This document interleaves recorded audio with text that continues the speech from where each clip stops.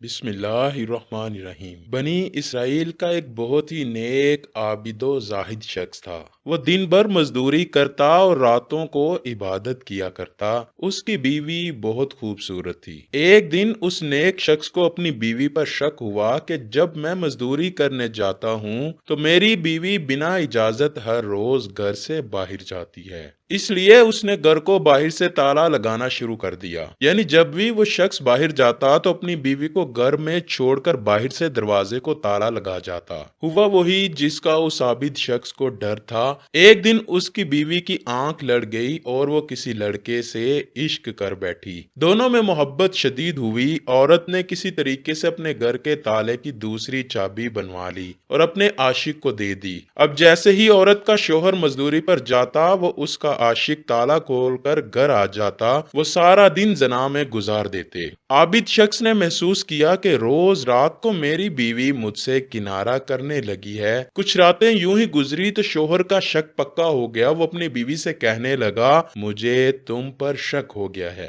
اب یقین تب ہی ممکن ہے کہ جب تم پہاڑ پر چڑھ کر اپنی پاک دامنی کی قسم کھاؤ گی۔ دوستو، بنی اسرائیل کے اس شہر میں ایک پہاڑ مشہور تھا جہاں وہ چڑھ کر قسم کھایا کرتے تھے۔ اگر کوئی جھوٹی قسم کھاتا تھا تو وہ اسی پہاڑ کے اندر دس جاتا تھا۔ خیر، اس کی بیوی اس بات پر رضامند ہو گئی کہ ٹھیک ہے، میں قسم کھا لوں گی وہاں جا کر۔ اگلے دن جب شوہر مزدوری پر گیا تو عورت کا آشنا آ گیا۔ عورت نے قسم والی ساری بات اس کو بتائی۔ وہ لڑکا بہت پریشان ہو گیا کہ اب کیا ہوگا، لیکن وہ عورت ایسی مکار تھی، کہنے لگی فکر نہ کرو، میرے پاس اس کا بھی حل موجود ہے۔ بس تم فلاں دن ایک گدھا لے کر پہاڑ کے قریب نہر پر کھڑے ہو جانا۔ چنانچہ جب حلف اٹھانے کا دن آیا تو اس دیندار شوہر نے اپنی بیوی سے کہا، چلو اس پہاڑ پر چلیں تاکہ تم وعدے کے مطابق حلف اٹھا کر مجھے مطمئن کر سکو۔ یہ سن کر وہ جلدی سے کپڑے بدلے بغیر چلنے کے لیے تیار ہو گئی۔ کہنے لگی، میں پیدل پہاڑ پر نہیں جا سکتی۔ شوہر نے کہا، چلو شہر کے باہر کوئی گدھے والا کھڑا ہوگا، اس کا گدھا کرائے پر لے لیں گے۔ چنانچہ دونوں گھر سے چل دیے۔ جب شہر کے دروازے پر پہنچے تو عورت کا آشنا وہاں گدھا لیے ہوئے موجود تھا۔ اس کو دیکھتے ہی عورت نے آواز لگائی، او گدھے والے، ہم تجھ کو نصف درہم دیں گے، کیا تو ہمیں اس پہاڑ تک پہنچا دے گا؟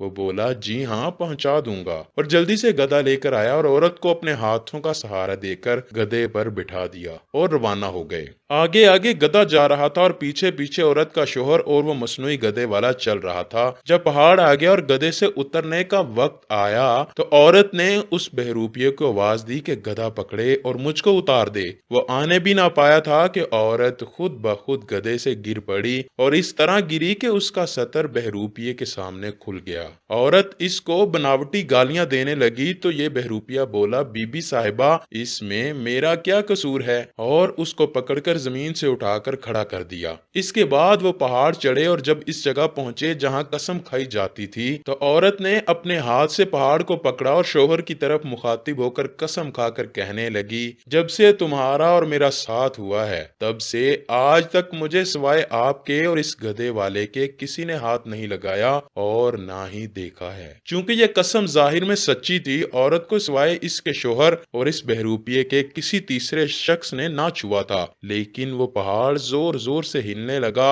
اور زمین میں دھنس گیا۔ اسی لیے خدا تعالیٰ نے فرمایا، اگرچہ ان کفار مشرکین کی سازشیں ایسی تھیں جن سے پہاڑ بھی اپنی جگہ سے ہل جائیں۔ دیکھا دوستو، مرد ہو یا عورت، اگر کوئی مکاری اور بے وفائی پر اتر آئے تو اس کو اللہ کے علاوہ کوئی بھی قابو نہیں کر سکتا۔ اگرچہ قسم سچی تھی، لیکن اس عورت کی مکاری کی وجہ سے اللہ نے اس کو پہاڑ سمیت زندہ زمین میں دفن کر دیا۔ اللہ پاک ہم سب پر اپنا رحم فرمائے۔ دعا کرتے ہیں کہ اللہ ہمیں گناہوں سے دور فرما کر نیک اعمال کرنے کی توفیق عطا فرمائے اور ہمیں نبی کریم صلی اللہ علیہ وآلہ وسلم اور ان کی آل پاک سے سچی و پکی محبت عطا فرمائے۔